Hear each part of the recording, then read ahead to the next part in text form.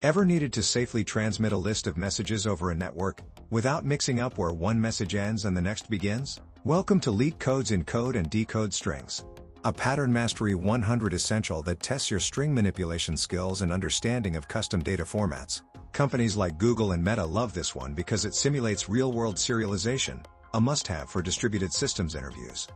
Let's walk through the solution using the basic framework. This method helps us not just code, but clearly explain our thinking, key to impressing interviewers. We're asked to implement two functions: encode and decode. Encode. Given a list of strings, combine them into a single string, so that we can later split it back into the exact same list. Decode. Given that one combined string, recover the original list. There are no restrictions on what characters appear in the input, so we must handle anything, including numbers, symbols, and even our separator character. Imagine you're designing a chat app that sends multiple chat messages in a single network packet. If you just join messages with a comma, what if someone sends a comma in their message? We need a way to encode messages so the receiver can always split them up, without confusion. We can't use a simple separator, because any separator could appear in the strings. Instead, we can prefix each message with its length, followed by a special marker, like colon. For example, hello becomes 5 and hello, so if you see 5 and hello 4 and love, you know to read 5 characters, then 4, and so on. This pattern is robust and fast, just O and time and space, and it works for any content. Our plan. Encode. For each string, write its length, then a special separator, for example, colon, then the string itself. Concatenate all of these together. Decode. Read the encoded string from left to right. For each chunk, read the number up to the separator. That number tells you how many characters to read for the next string. Skip to the next section and repeat until you finish the string. Think step by step. Let's walk through. Let's try to implement it using solution 1. Line highlighted, public class codec. We begin with our codec class. This class handles encoding and decoding lists of strings. Line highlighted, public string encode list string strs. This method takes a list of strings and converts it into a single encoded string. Line highlighted, string builder encoded equals new string builder. We create a string builder to efficiently build our final encoded result. Line highlighted, for string strs. We loop through each string in the list. Line highlighted, encoded.append s.length. Append/appends. This is the core encoding trick. First we write the length of the string. Then we add a delimiter slash. Then we append the string itself. For example, the string cat becomes 3/cat. This ensures we always know exactly how long each string is during decoding. Line highlighted, return encoded.toString. Once all strings are appended, we turn the builder into a normal string and return it. Line highlighted. This closes the encode method. Decoding, turning the encoded string back into a list. Line highlighted, public list string decode string s. This method takes the single encoded string and reconstructs the original list of strings. Line highlighted, list string decoded equals new array list. We prepare an empty list to store the decoded strings. Line highlighted, int I equals 0. We use I as our pointer while scanning through the encoded string. Parse each encoded fragment. Line highlighted, while I less than s.length, we loop until we reach the end of the encoded string. Line highlighted, int slash equals s.index of slash I. We search for the next slash slash. Everything before this slash represents the length of the next string. Line highlighted, int len equals integer.parse int s.substring I slash. We extract the substring between positions I and slash, convert it to a number, and that tells us exactly how long the next string is. Line highlighted, decoded.add s.substring slash +1 slash +1 plus len. Now we extract the exact string of length len starting right after the slash. This substring is added to our decoded list. Line highlighted, I equals slash +1 plus len. We move I forward past the encoded segment so we can start looking for the next encoded string. Pause. Time complexity note. Because we scan the encoded string once and index operations run in constant time, both encoding and decoding operate in O(n) time overall. Line highlighted, this ends the decoding loop. Line highlighted, return decoded. At the end, we return our list of original decoded strings. Line highlighted, this closes the decode method. Line highlighted, and this completes the entire codec class. Final wrap-up summary. And that's how this algorithm works. It first encodes each string by prefixing its length, then during decoding, it reads that length to extract the exact substring needed. Efficient, simple, and elegant.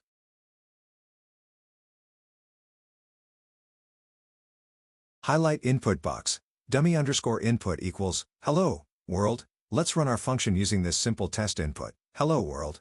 This is just a two-element string array meant to verify that the function handles basic input correctly. Explain the logic briefly. Our algorithm doesn't transform, sort, or modify the list in any way. It simply returns the array as it is. So with an input of, hello, world, the expected behavior is that the exact same array comes back unchanged. Highlight output box, output, hello, world, expected, hello, world, and that's exactly what we see. The output perfectly matches the expected result. The test case is accepted instantly. So, our implementation is correct. The function handles the input as intended and returns the original values cleanly and reliably.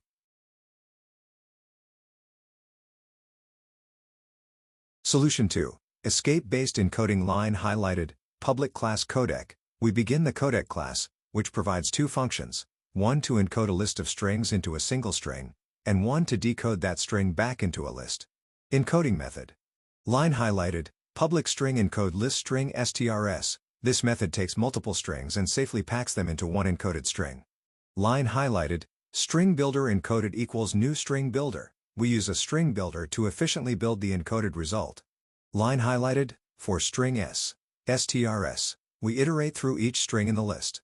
Line highlighted, string escaped equals s.replace backslash. Replace hash, \hash. This line performs the key escaping operation. We escape two special characters.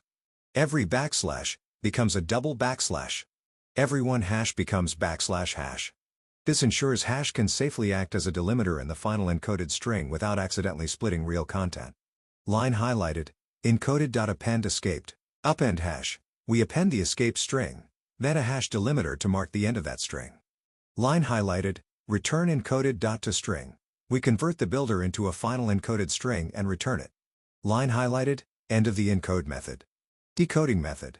Line highlighted, public list string decode string s. This method reverses the process, reconstructing the original list of strings. Line highlighted, list string decoded equals new array list. We prepare a list to collect the decoded strings. Line highlighted, string builder current equals new string builder. This builder stores characters for the string we are currently reconstructing. Line highlighted, int I equals 0, a pointer I will move through the encoded string. Decoding loop. Line highlighted, while I less than s.length, we iterate through the encoded string character by character. Case 1. Escape sequence. Line highlighted, if s.char at I equals backslash and I plus 1 less than s.length. If we encounter a backslash, this signals an escape sequence. Line highlighted, current.append s.char at I plus 1. We take the character immediately after the backslash and append it literally into the current string. Line highlighted, I plus equals 2. We skip both characters, the backslash and the escaped character. Case 2. Delimiter found. Line highlighted, else if s.char at I equals hash. If we see a hash that is not escaped, this marks the end of the current decoded string. Line highlighted, decoded.add current.toString. We add the fully constructed string to the list. Line highlighted, current equals new string builder. We reset the builder to start constructing the next string. Line highlighted, I++. We advance past the delimiter. Case 3. Normal character. Line highlighted, else, if the character is neither an escape sequence nor a delimiter. Line highlighted, current.append s.char at I. We append it directly to the current string being built. Line highlighted, I++. We move forward by one character. Line highlighted, end of decision logic for this character. Line highlighted, return decoded. After processing all characters, we return the fully reconstructed list of strings. Line highlighted, end of decode method. Line highlighted, end of the codec class. Time complexity note: both encoding and decoding process each character exactly once. This gives both operations a time complexity of O(n), where n is the total number of characters across all strings. Final wrap-up summary.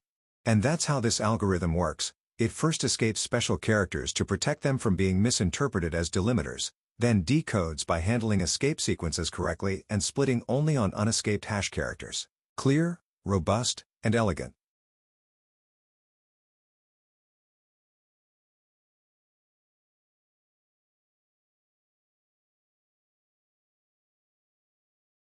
Highlight input box, dummy_input equals, hello, world. Let's run our function using this simple test input. Hello world. This is just a two-element string array meant to verify that the function handles basic input correctly. Explain the logic briefly.